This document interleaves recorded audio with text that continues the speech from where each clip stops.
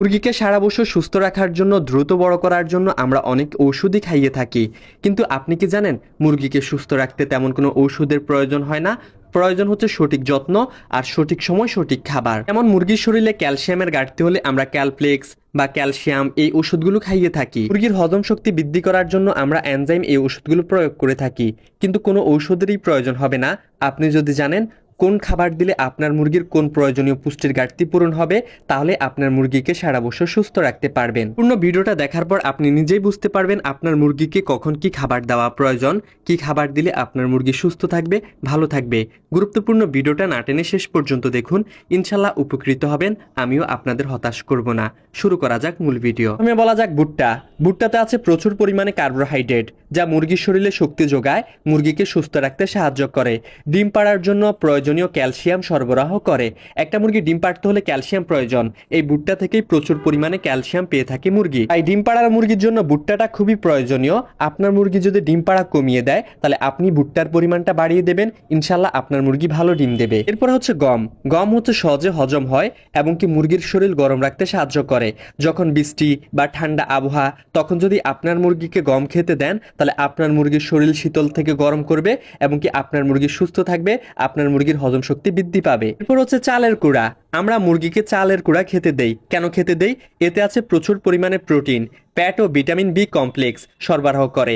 আপনি যদি চালের কুড়া আপনার মুরগিকে খেতে দেন, তাহলে আপনার মুরগি প্যারালাইসিস হওয়ার সম্ভাবনা কম থাকবে, গাড় বাঁকা পা বাঁকা কম হওয়ার সম্ভাবনা থাকবে। একটা মুরগিকে সুস্থ রাখতে, একটা মুরগিকে ভালো রাখতে প্রোটিন খুবই গুরুত্বপূর্ণ। আপনি প্রোটিনের উৎসটা কই থেকে পাবেন? প্রথমে বলা যাক মসুরের ডাল।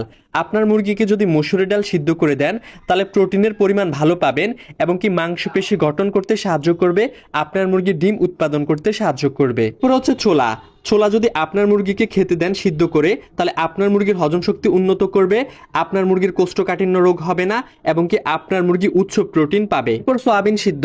আপনার মুরগিকে যদি সয়াবিন সিদ্ধ করে খেতে দেন, তাহলে সর্বোচ্চ প্রোটিন পাবে আপনার মুরগি এবং কি ডিম উৎপাদন বৃদ্ধি করতে সাহায্য করে এই সয়াবিন। যেহেতু মুরগিকে সুস্থ রাখতে প্রোটিন খুবই গুরুত্বপূর্ণ, এই উপাদানগুলো থেকে আপনারা প্রোটিন ভালো পেয়ে যাবেন। এবার বলা যাক আপনার মুরগিকে সবজি এবং কি শাক পাতা কেন খাওয়াবেন।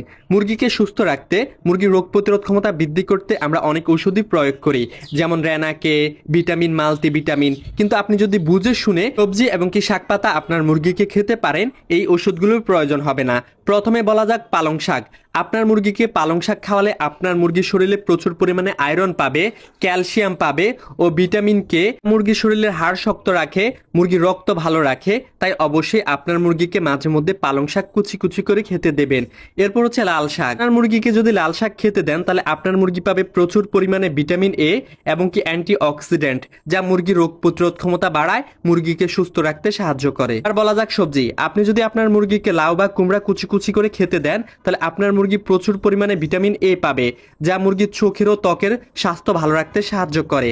আবার যদি কুচি কুচি করে গাজর খেতে দেন, তাহলে বিটা ক্যারোটিন পাবেন, যা ডিমের কুসুম উজ্জ্বল এবং কি কমলা রং করতে সাহায্য করে। আমি দেখেছি অনেকে মুরগিকে অনেক ধরনের ফল খাওয়ায়, কিন্তু যদি খাওয়াতেই হয় ফল, তাহলে আপনার মুরগিকে পাকা কলা খাওয়াতে পারেন সামান্য পরিমাণে। এটা আপনার মুরগির শরীরে শক্তি যোগাবে, এতে আছে প্রাকৃতিক চিনি। এরপর খাওয়াতে পারেন পাকা পেঁপে, যা আছে হজম এনজাইম, মুরগির হজম শক্তি বৃদ্ধি করে, মুরগির মুখে রুচি বৃদ্ধি করে। এরপরে যদি আপনার ডিম পাড়ার মুরগি থেকে থাকে, আপনার মুরগিকে মাঝে মধ্যে খাবারের সাথে মাছের শুটকি দেওয়াটা গুরুত্বপূর্ণ। মাছের শুটকিতে আছে প্রচুর পরিমাণে প্রোটিন, যা ডিম পাড়ার মুরগির জন্য খুবই জরুরি। এরপর আছে ওমেগা 3, যা ডিমের গুণগত মান উন্নত করে। ডিম পাড়ার মুরগির জন্য ক্যালসিয়াম খুবই গুরুত্বপূর্ণ। ডিম পাড়ার মুরগির ক্যালসিয়ামের ঘাটতি যেন না হয়, আমরা বিভিন্ন ধরনের ওষুধ খাইয়ে থাকি।